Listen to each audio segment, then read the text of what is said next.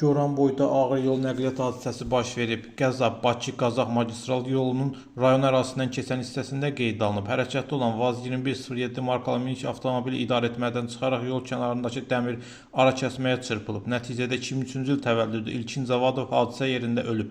2006-cı il təvəllüdlü Cavad Əliyev isə xəsarət alıb. Faktla bağlı araşdırma aparılır.